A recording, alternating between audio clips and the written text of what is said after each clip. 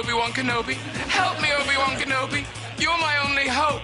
Please be my final guest of the series. Why have you got 2 Danish pastries on your head? Shh!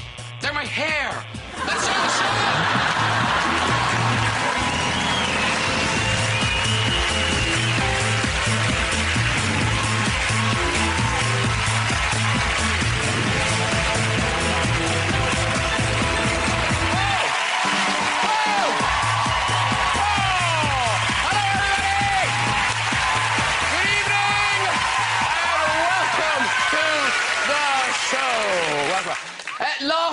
Last show. I'm going on my holidays next week. Yeah, off to Greece. Oh, looking forward to strolling among the ruins. Oh, there they are making more. Greece, not in a good way. Not in a good way. 2,000 years ago, they gave us the Acropolis, the Elgin Marbles. Now, all they're giving us this. It's our last show of the series, and we've got a bit of a lads' night for you. Train-spotting star and Jedi Knight, Ewan McGregor is here. From the IT crowd and hit new film Bridesmaids, Chris O'Dowd is here. You seen it? Very funny, very good. And later we'll be hearing the #1 song from Example, ladies and gentlemen. There he is. And he'll be chatting to us. Very excited to be meeting Ewan McGregor, ladies and gentlemen. Of course, Ewan was in 3 of the Star Wars films as the young Obi-Wan Kenobi. Oh, the Star Wars characters. So influential. You know, a lot of famous people modelled their styles on them. Yeah. Cheryl Cole was influenced by Princess Leia. The Queen, on Yoda, modelled herself, she does. And Celine Dion. I'm sure I've seen her in Star Wars. I say.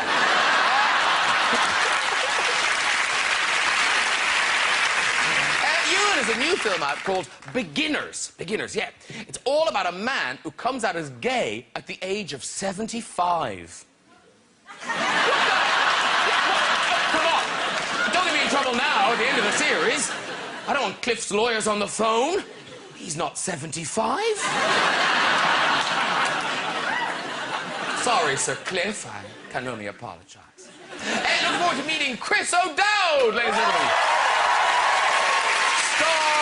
The Boat That Rocked, the IT crowd, and he's now appearing in the new comedy film Bridesmaids. Many of you have seen it? Have you seen it? Yeah. Even I paid to go and see it. I did. But of course, being a bridesmaid is a responsible job. 3 key things to remember. You mustn't upstage the bride with your arse. You mustn't try and get off with the best man. And whatever you do, don't dare the bride to do something rude on her wedding day. Don't. Let's get to Fiesta, ladies and gentlemen! Later on, we'll be having music from Example. But first, here comes the bridesmaid star. It's Chris O'Dowd! Hey! Hello, sir. How you doing? I'm very well. Sit yourself down.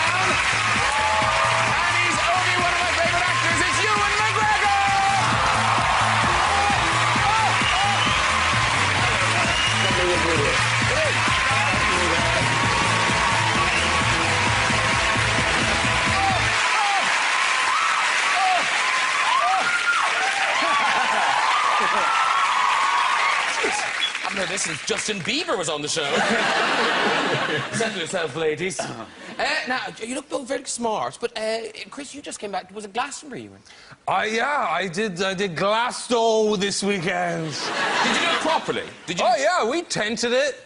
Tented up by the toilets. Thinking, well, that's easy access to the toilets. And you realise your tent is everybody else's toilet. But it was a lot of fun. We had a great time. Beyonce, who is or is not backstage right now, is not the operative word.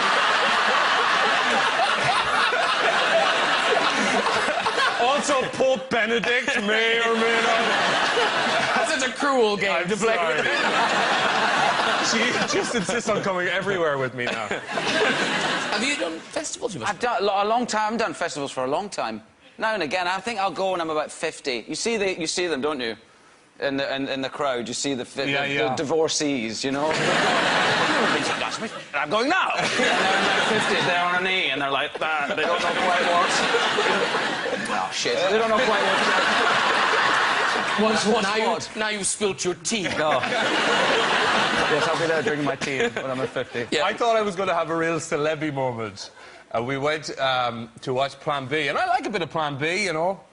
And I went backstage, and I kind of saw him just before he went on, and we kind of had that eye contact thing, and he kind of did a little nod, and I thought, oh, God, he knows who I was just so impressed and amazed that maybe he knows. And he did this, come here. So I kind of waddled over, pretty drunk, and I said, hey, how's it going, man? And he said, can I get a water?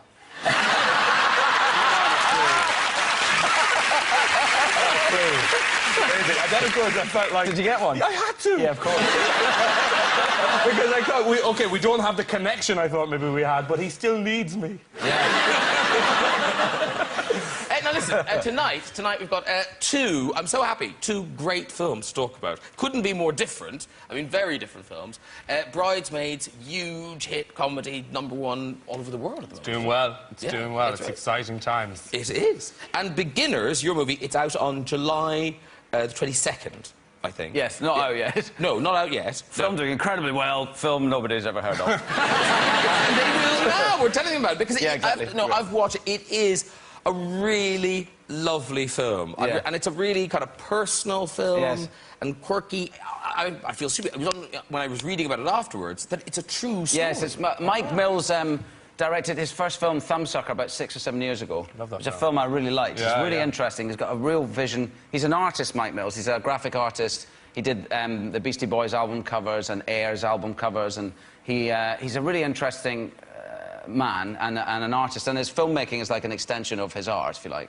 And so it's a beautiful, personal, sensitive telling of his story of his father. His mother died, and 3 or 4 years after that, his father came out to Mike and said that he was gay. He was 75 years old at the time, and started living his life, you know, his real, true life as a gay man. He went on a real gay bender, and he joined every gay club. He was a member of gay book clubs and gay movie clubs, and everything in the house had rainbows on it, and he was fully alive and happy.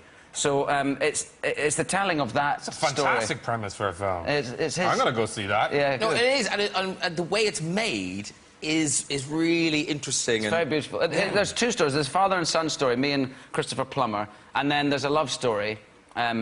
My character, Oliver, meets and falls in love with a French actress played by Melanie Laurent, who was in Inglourious Bastards. Brilliant actress. Well, listen, we've got a clip. This is Christopher Plummer as the dad. Here we go. Oliver? Yeah. I'm not sorry I woke you. I went to Akbar tonight. You did?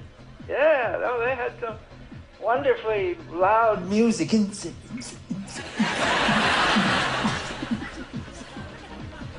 What kind of music's that? probably house music. House music. Okay. House music. He's fantastic. He really is fantastic, Plummer. He's such a lovely, lovely man. He tells stories about actor stories from like Hollywood in the 60s and the people he was knocking about with then. But he's incredibly modern. When you're acting with him, he's a real contemporary actor. He really lives the scenes with you. It's not old-fashioned at all when he's acting. He's lovely. Because he's about 10 years older than the characters He's in his 80s, Christopher. Yeah. He's an amazing guy. Because as I say, it's a beautiful film, very true, but this little bits of Hollywood, I think, creep in. Because you've got Christopher Plummer there, playing 70-odd, Right. actually 80-something. In the film, comes out, his first boyfriend is Dr. Kovac from ER. I'll tell you, that's not true. That's not going to happen. But doesn't he have that line in the film? He does say that young men aren't interested in or young gay men aren't interested in old gay men. That's true. Right. Yeah. Okay. Dr. Kovac isn't sniffing around Christopher Plummer. I'm just telling you that. He's at the other end of the bar. But the love story you talked about there with Melanie Laurent, you had to bond with her as well. Yes. the first thing he did was we met each other at Mike's house. And at first, I'd never met Melanie. I loved her in that film, Inglourious Basterds. She's a really fantastic actress. She's French and, you know, it's intimidating. You know, we were about to embark on this love story together. I've never met her before. And we introduced to each other and we sit down and he said, OK, I'd like you to split up with each other now. You've been in a relationship for a long time and I'd like you to improvise through a breakup. Ewan, I'd like you to leave Melanie because you're tired of her. And he gave me some reasons why I should be leaving her. He said, Melanie, you don't want him to leave. OK, go. Oh. And I went, oh, God, because the thing about improvisation is you just think the other person's just going to think that this is how I would do it, you know. No matter what acting you do, you just think they think this is how I do it. It's a bit like a masturbation scene in a film. It's quite difficult to pull that off without everybody knowing that's just how you do it. You know what I mean?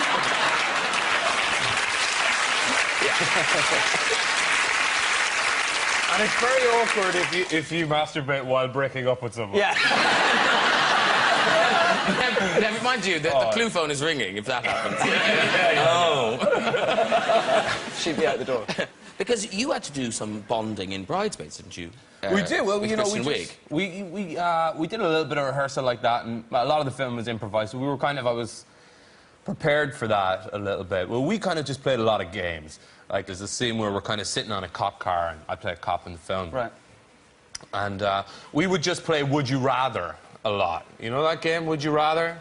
It's a pub game, yeah. Yeah, like, would you rather have a nipple on the end of your nose or a tooth growing out of your cheek? Or would you rather have to eat a bat full of poo or have a small bird poo in your mouth every morning for the rest of your life?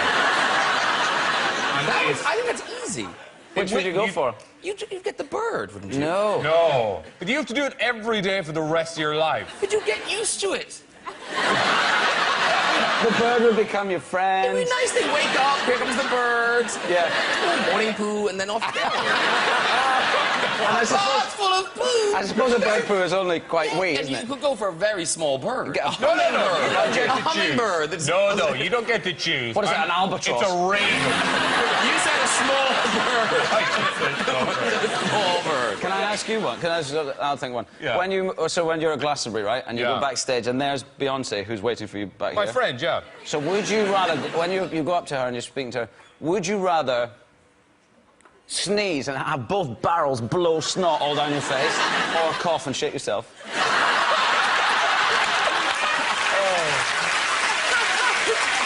That's a good one. That's with Beyonce. Very good one. Oh, both of them are a nightmare, aren't they? Yet again, I'm going to have to go with shit.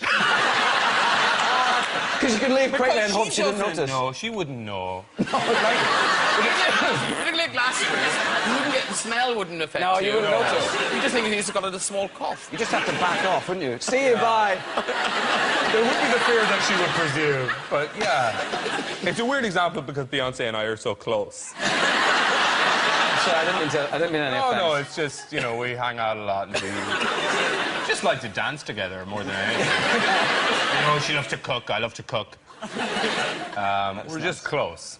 Yeah. I don't want to talk about it. No, listen, I just plucked it as an example out there. Yeah, I didn't mean weird. any offense by it. Yeah, it's weird. We're We're just really, really close. Now listen, you've really got interesting choices. The films you made, you know, over the years, kind of Train Spotting, Big Fish, all these, you know, really good, interesting. The anomaly, the one that kind of seems out of kilter with the rest, was that you decided to do Star Wars. Yes. Were you, like, a big fan of Star Wars? Was it just so much money? What was it? No, it wasn't so much money. I know that now. At the time, I thought it was a lot of money.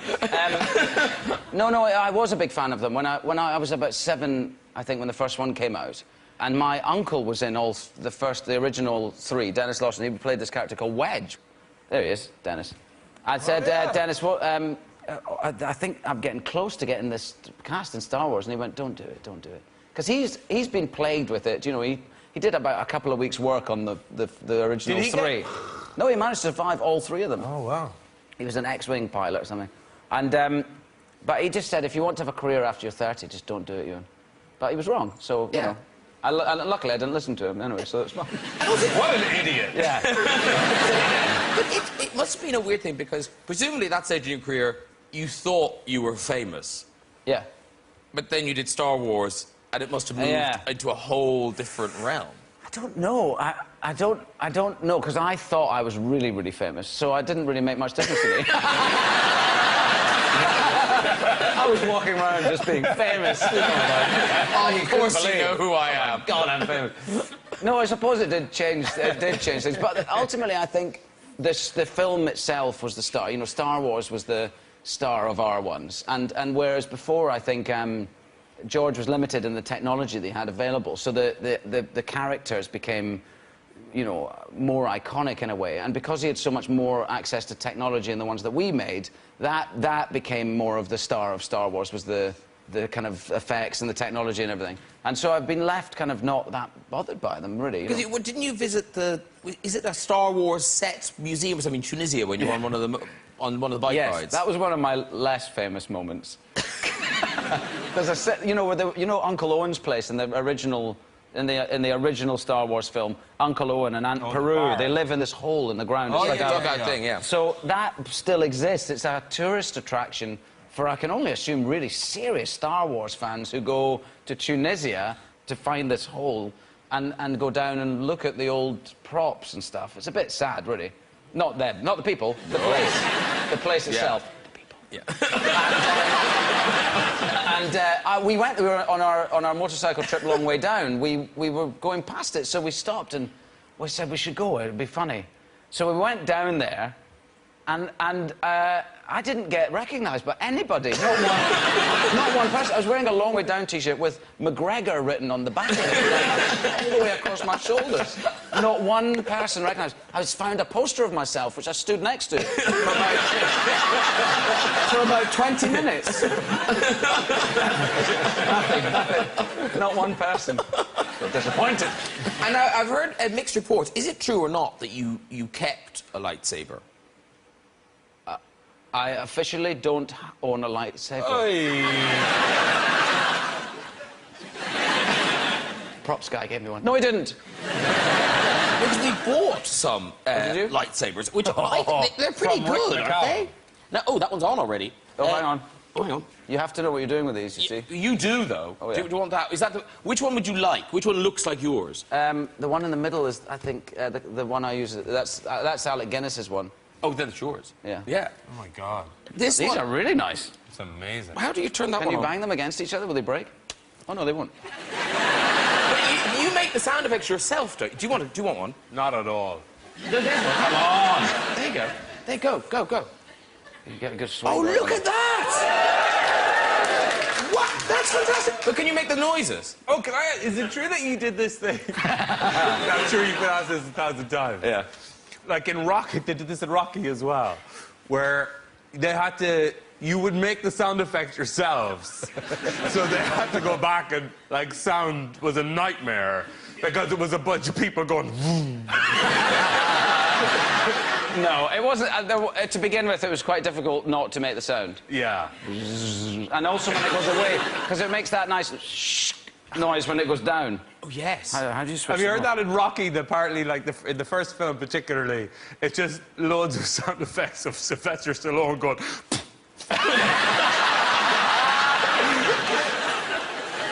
Okay, let's have the lights down. Let's have the lights down. Okay, so you have to start them up. Oh, okay, so off, off. How do you do that? Much to learn. There. Oh, there, it's off now. Oh, there you go, sorry, There you got go, it. there you go. Okay, so when you put it on, it has to make this sound noise.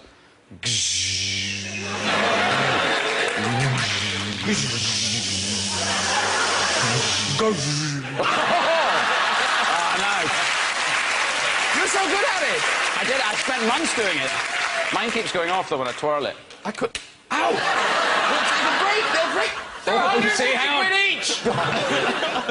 How much are they cost? 150 quid each. They're good though, aren't they? Are you good at cricket? If I throw you something, can you get over? Do it over here. Hang on, I'll throw this to you. Wait, who's who? There you go.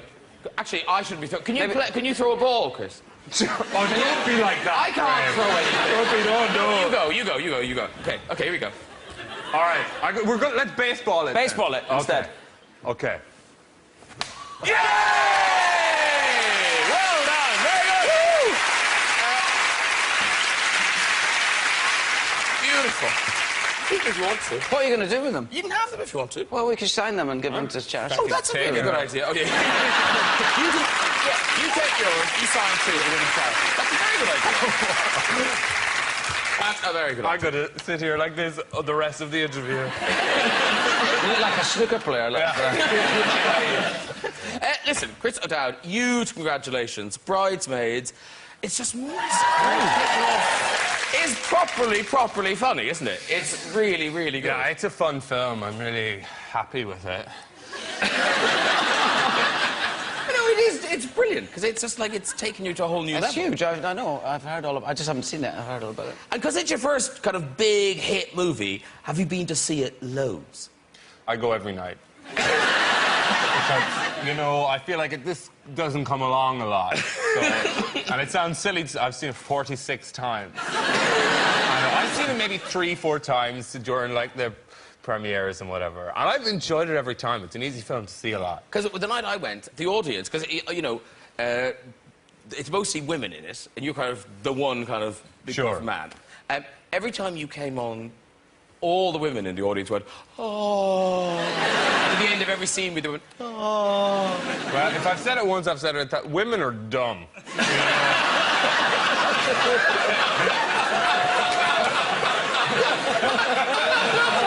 What a bunch of bloody idiots. I know, you know, he's a very sweet character, and you know, the main character, it's hard to come back from that. That is you know, Audience. Annie, the main character, and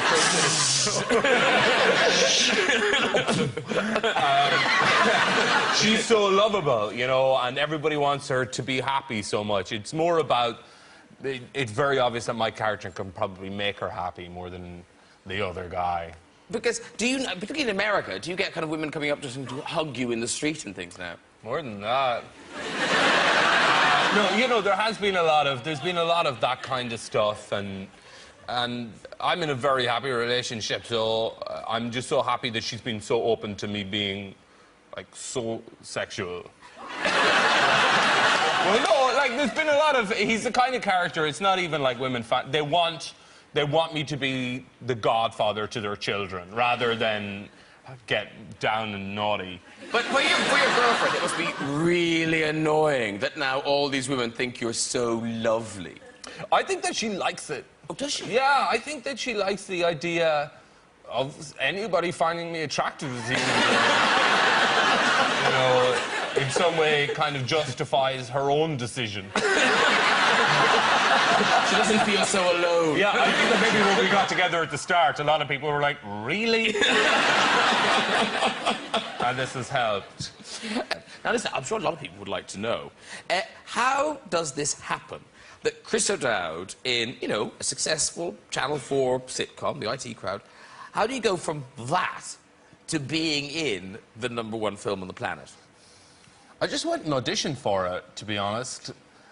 And luckily, the director of the show, or the director of the film, was a fan of the IT Crowd.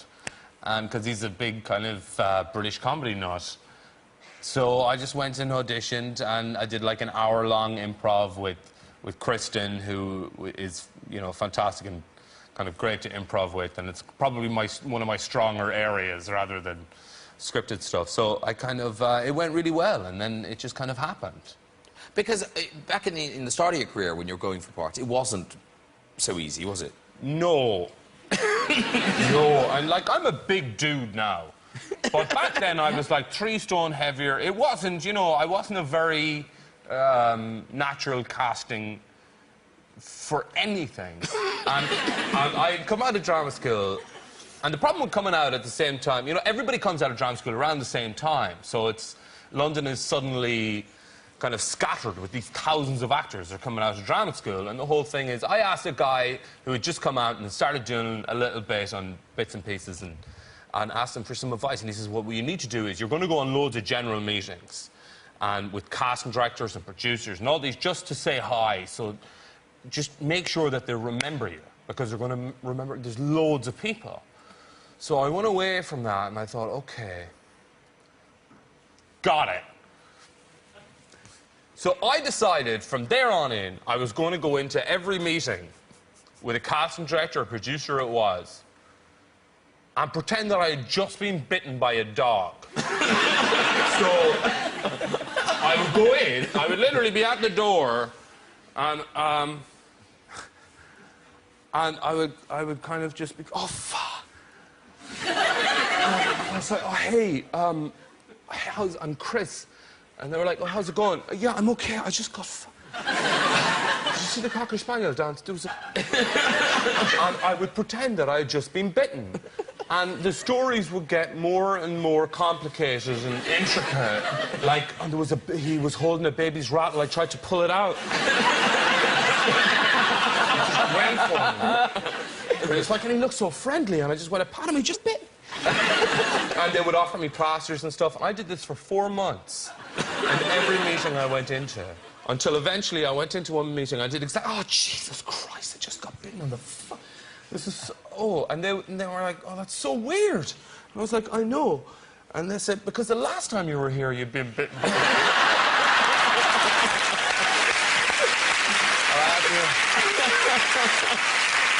I don't know if I thought that they were kind of, the meeting was going to end and everybody in the room was going to go, I really like that guy that was bitten by a dog. But I didn't work for another year after that. You don't have to audition. Well, occasionally, not so much now, but... Meetings. Yeah, meetings. But in terms of ice-breaking, you seem quite gung-ho reading about you and things you've said in interviews about filming, you know, particularly sex scenes and stuff. You just kind of get on with it. Yes. Is that fair? That is fair. Although I think they're quite tricky. I don't know. I don't like them very much. Sex scenes are awkward. No, it's not funny. They're very serious things. No, they are quite awkward. It's quite awkward. And it's because it's a very strange and bizarre thing to be doing. It's not a normal situation to be going, hello, I'm Ewan. And I'll be... you have to... And also, I'm 40 now, and the actresses get younger and younger. And I get worried that they'll think... I get worried that they think that you might be somehow taking advantage of that. It's an awkward thing. I don't really like it. And also, I find that they're not very useful unless... I made films like Young Adam or The Pillow Book where they're more about sex, and the sex scenes are more about character and story, and that's fine. That's good. But just gratuitous kind of Hollywood-type, glistening, sweaty sex scenes are just a bit embarrassing to watch and to do. But the Christian Bale sex scene sounds... Oh, yeah, that was fun. Was it? Yeah. No, I did have a sex scene with Christian Bale, which I did to the best of my ability. Oh, come on. It was great. But didn't you have to do it on a roof or something? We're in King's Cross, yeah, we're shooting this film, Velvet Goldmine, and there's this, and he plays a journalist, and I was playing a kind of Iggy Pop-type rock star, and we have a sexual, we have a shag on top of a rooftop in King's Cross, but they wanted to shoot it from another rooftop. So it's kind of a wide shot. We did some close-up stuff, but this was a wide shot. And Todd Haynes was the director, and I don't know, we heard the kind of action, so we started quite slowly. With Batman like that, right? And the film crew were from the other side, and then it went on and on, and really fucking going. It was really going now. That's it. Reach around.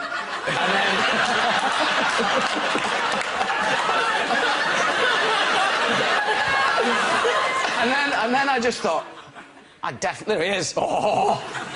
And then I just thought I would have come by now, so I went round to the other side of his ear, for the non-camera side, and went, I think I would have come by now. And then when I said, I'm going to have a look. And I looked over, and they were packing up the camera. They had the track under their arm.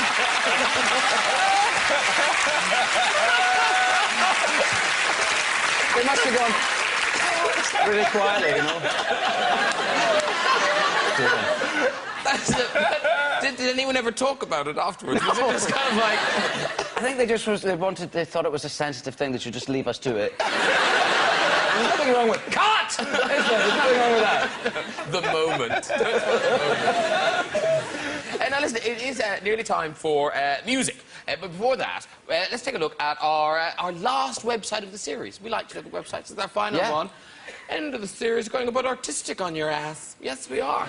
It's called perfectlytimedphotos.com. I wonder what it's of. What it is it's that thing where, you know, with shutter speeds, they just amazing luck. You've just taken a picture at precisely the right moment. Oh, no. Right. Okay, so this is, I think it's a Weimaraner doing an excellent impersonation of a kangaroo.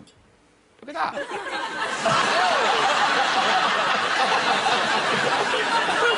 What's that in between its legs? If someone's thrown a tennis ball at its nuts. Yeah. Yeah.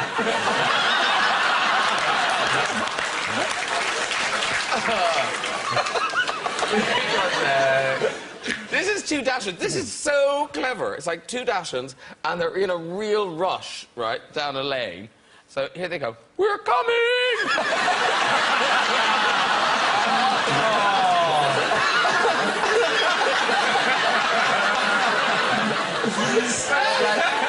So cute.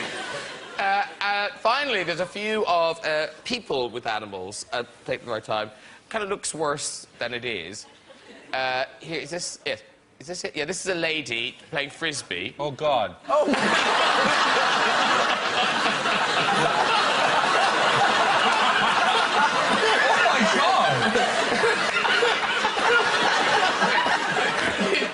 You think that's bad?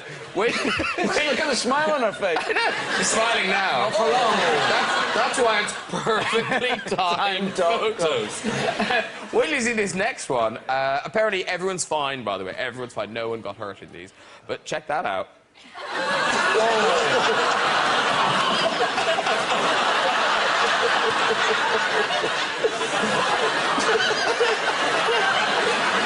It's what it looks, though. Does it slightly look like the girl's just told a joke and the dog is going... The funniest thing ever. A cat, you say? It actually looks a bit like the dog's going, wait, I need to sneeze, I need to...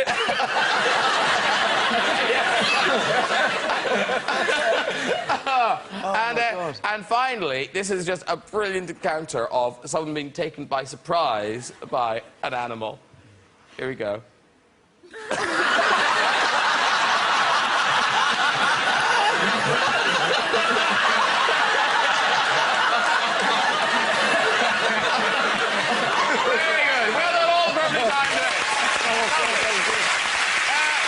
Example, but...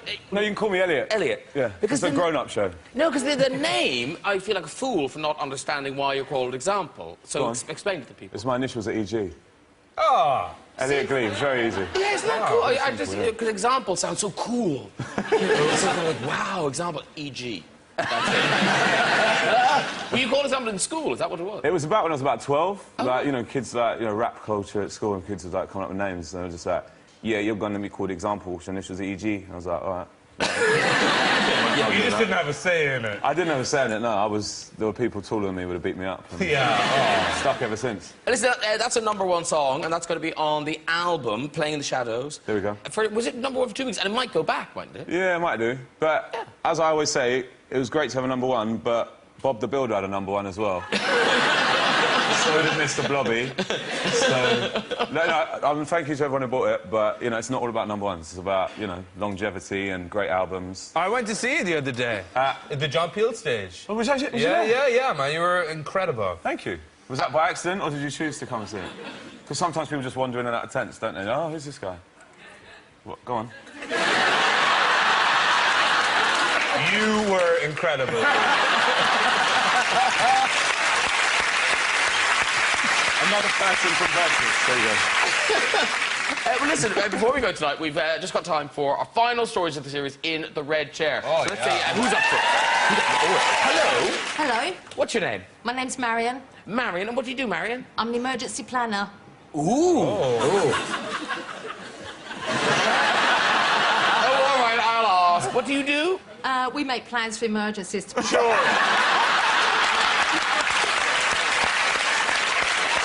You asked. Got it.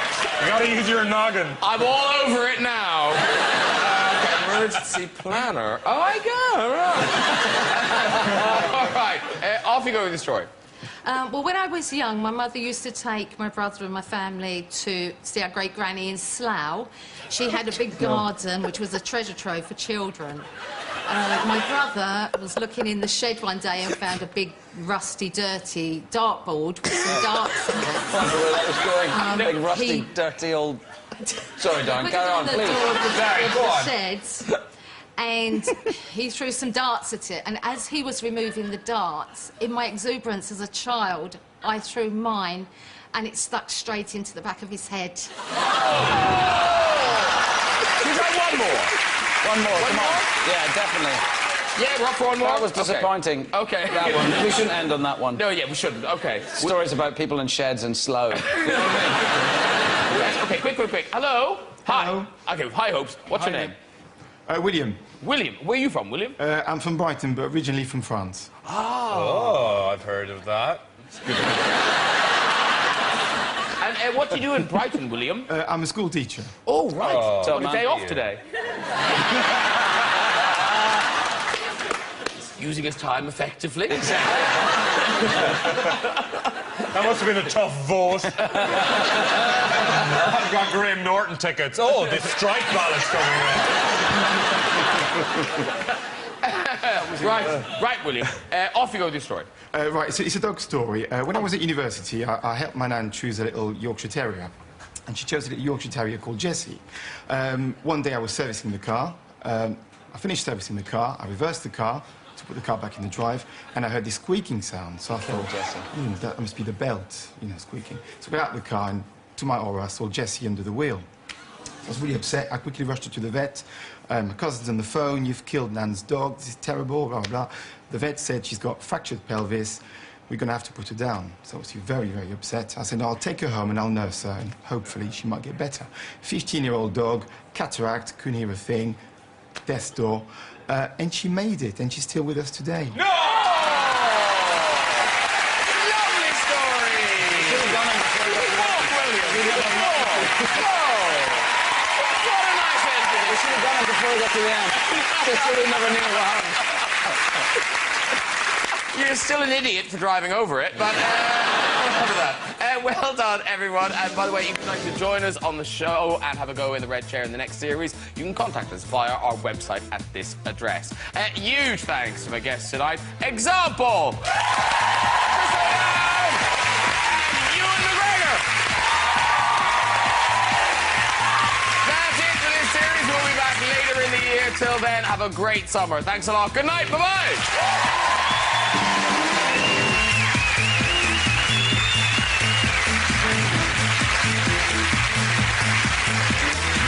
And you can see Graham's best bits from this series next Friday night at the same time. All the things that make us laugh and cry over on BBC 3 now. Head across for Family Guy.